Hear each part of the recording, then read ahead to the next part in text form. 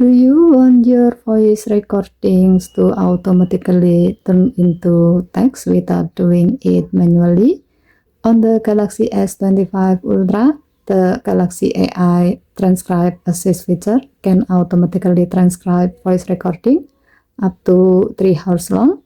You just need to enable Auto Transcribe and choose the transcription language. Here's how to set it up. Go to Setting, swipe down from the top right corner of the screen to open up the Quick Settings panel, and then tap Setting icon, tap Galaxy AI, tap Transcript Assist, turn on Auto Transcribe voice recording. Next, tap Transcription language, and then select your preference language. Once enabled, supported recordings in the Samsung Voice Recorder app will be automatically transcribed, so you can easily read, search, or review the content later.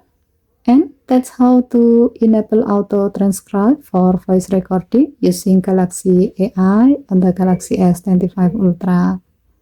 Okay, thank you for watching. Please help to like and subscribe. Have a nice day.